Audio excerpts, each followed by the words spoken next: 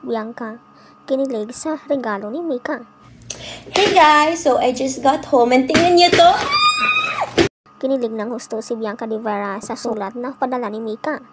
May roses at chocolates pa. Ayon kay Bianca, masyadong malambing ang kanyang kaibigan.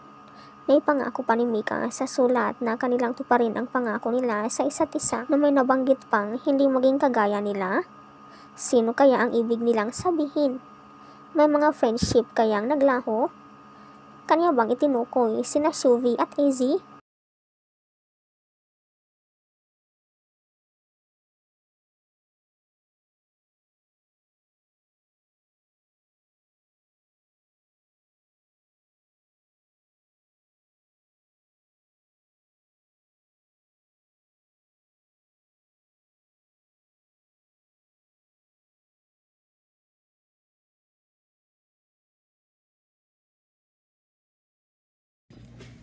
Hey guys! So I just got home and tingnan niyo to!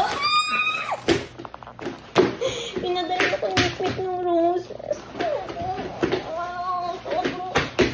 Wala na. Sobrang pa-fall. Alam kasi ninikot ko sobrang paborito ko yung roses. And look! Meron pa siyang niluto na Bicol Express. Ito yung paborito kong niluluto yung sulab ng PBB. And look!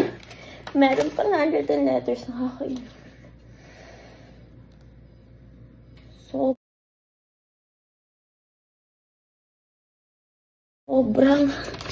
Sobrang sweet yung nikmit. May chocolate pa.